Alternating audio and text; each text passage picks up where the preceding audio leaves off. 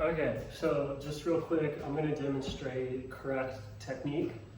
And so correct technique applies in all situations. So correct technique is when you are cognizant that you are in a medium of mind and that it is like substantial. When you notice that the medium of mind is substantial, you're also paying attention. And paying attention is making the medium of mind substantial. It becomes thicker.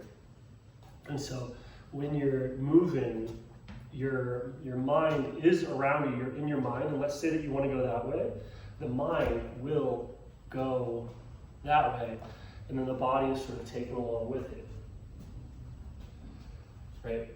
So if you're not cognizant of your mind, you might be sending yourself in all sorts of different directions, and the body could even be pulling in another direction. But correct technique is essentially surfing to where your goal is what the wave is doing. So a lot of people either fight the mind or they try and go with the mind. But with a correct technique, your goal is what the mind is doing. And so as you move through mind, you have a couple of options. One is to generate drag, and that's what happens when you move through your mind unconsciously. It drags on you. And you pick that up as a feeling of as a feeling of presence, as a feeling of being. Right, the same way that if you were walking in a pool, as you go forward, the water would kind of brush into you, press up against you, and then that generates a feeling of sensation of mind, right? A feeling of sensation of mind as being, as presence. So to go, you want to go, okay, what do I do to get the mind to go this way, right? And it's right there. So I'm just going to stay on the wave, right? And what do you have to do? Send the mind that way, ride it. Right? And you can start different waves going. Waves basically have to start at like if I start a wave, I'm stuck going that fast to the wave, even if I want to kind of give the wave some extra momentum. Right? And it's mind. It's mind. So you can imagine these waves at any possible height. Like even one way over my head. And once you start that imagination, it's real. And so correct technique is to be surfing on that medium, or if not surfing on it, generating lift. When you have conscious drag, you're kind of choosing which vortices and stuff to press into. And so that lets you generate lift, the same way that when you're treading water, you're generating lift, right? When you're swimming, the body's either dragging through the water, that part, or it's moving in such a way that it generates lift. Like, what's the difference between the legs that are dragging through the water and legs that are generating kick? One of them, they're propelling, the other one, there's dragging, right? So your relationship with consciousness or mind, your relationship with the medium at large, determines if you're dragging through it or generating lift. And it's the difference between being able to swim and not swim. The same thing is happening at the boundary condition for both a swimmer and a drowner. Right? Like, you're both in the water. So imagine you're both in the water, and what's the difference between somebody who's swimming and somebody who's drowning?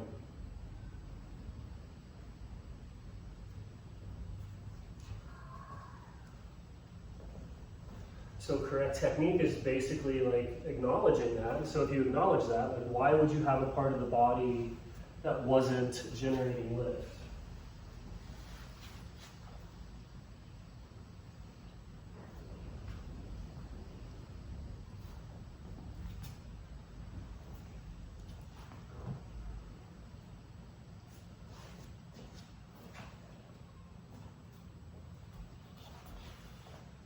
Like, why, right? So if you're moving, why would you move through space or move through your awareness in such a way that it wasn't providing you thrust the same way that this provides you thrust if you're going to be swimming?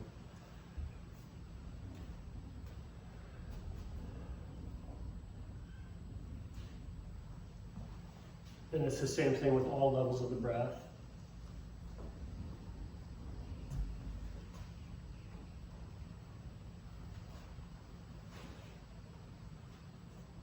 But if it's correct, it's because like, oh, there's a wind going this way, okay, I'm gonna stay with it. That's one way to be correct. But to be correct that way, and that oh, I'm going to be allowing to the water and let the wave take me, I have to have mastered swimming, like I'm gonna go where I want. Right, and that one is generating lift.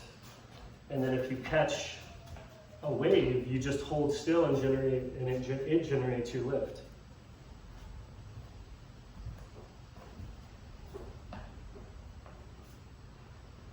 And the shape of your body is as important as the shape of a surfboard. So different types of fitness or deconditioning radically change this situation that I'm talking about, because a paddle has an extremely different experience of the water than a stick, right? A broken paddle is way different than a whole paddle. And so the experience of the same mind is going to be much more profound and much more useful for people that are not horrifically deconditioned or horrifically injured. Simultaneously though, the thing is to shift into mind, so it doesn't matter if your body is broken or drifting or capable of inversions or whatever. That doesn't have anything to do with if you just want to access correct technique, right? It's there. It'll look cool.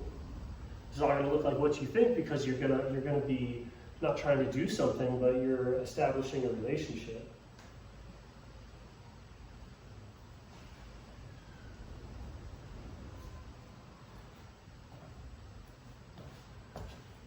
With the medium at large.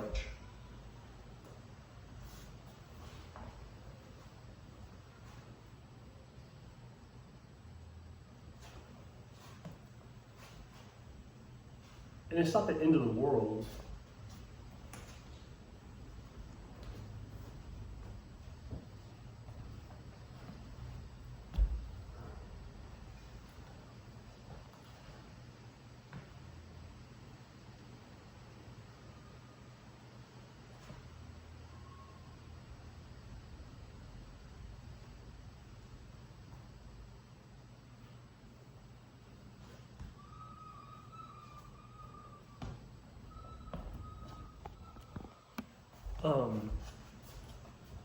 But yeah, that's correct. So if there's a wave and I catch it, like that's correct technique in, but if I'm not on a wave, correct technique is still there.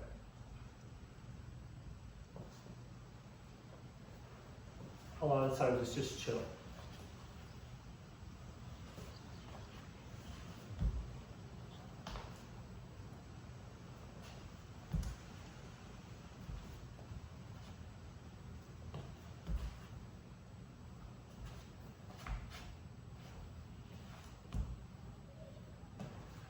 So I guess you can have moments where you practice believing in it harder. So that's what people like. Basically, if you figure out prayer, it's like any sort of other exercise. At first, it does nothing, and you do nothing, and and then some people master it. A lot of people get pretty okay with it, but not master it.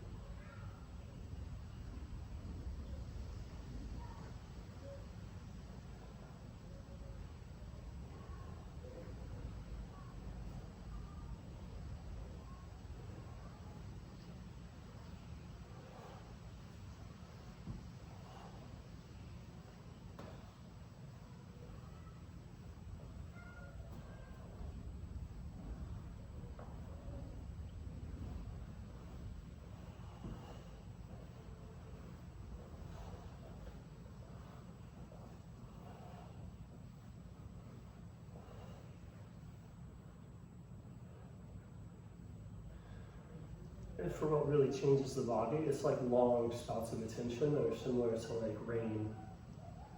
Super intense exercise is like cool, especially from a performance standpoint, but it only affects the long term like a wave does.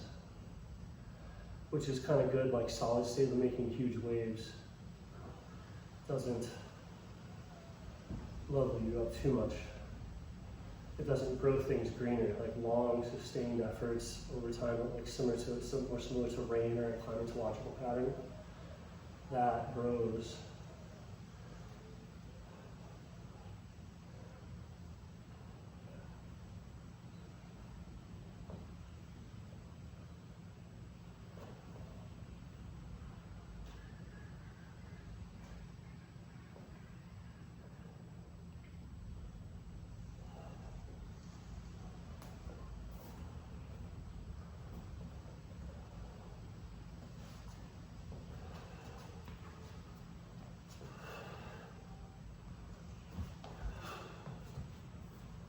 And so, like, from a martial arts standpoint, like in theory, and you need to train other people, but if you get sensitive enough to these things, the other people's mind goes through the same space that you're consciously using to do the technique. And so their influence presses in on you preemptively, the same way that your influence is pressing on them preemptively, because it's the whole space coming around. So you get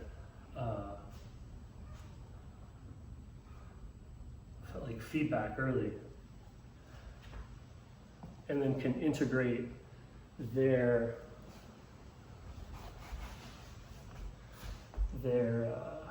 being into the wave, and it's just always going to be who's doing a spiral pattern better, who's eating it up with a spiral, the same way that water absorbs force. You know.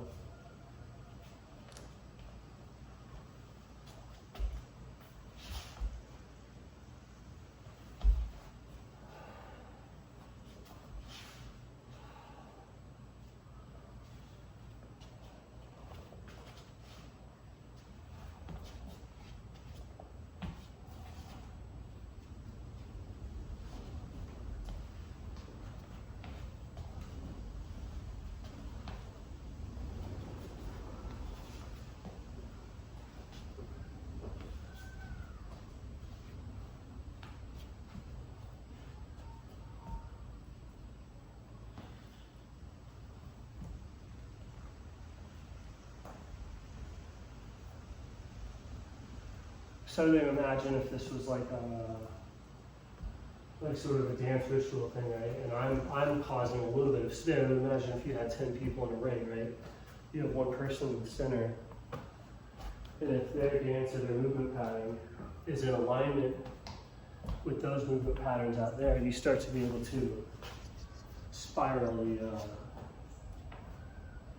the space. Or get things kind of like churned up, like people do this intuitively at concerts and other events.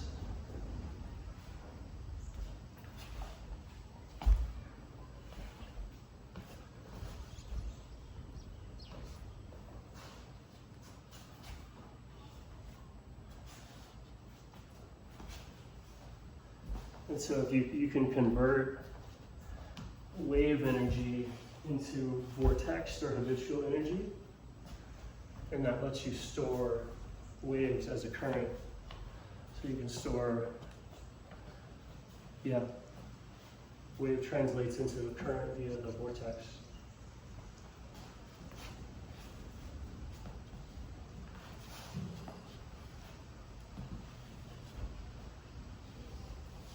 So everything from your like ATP unloading to your catching a force, that's all translating like matter to energy, or basically wave to current.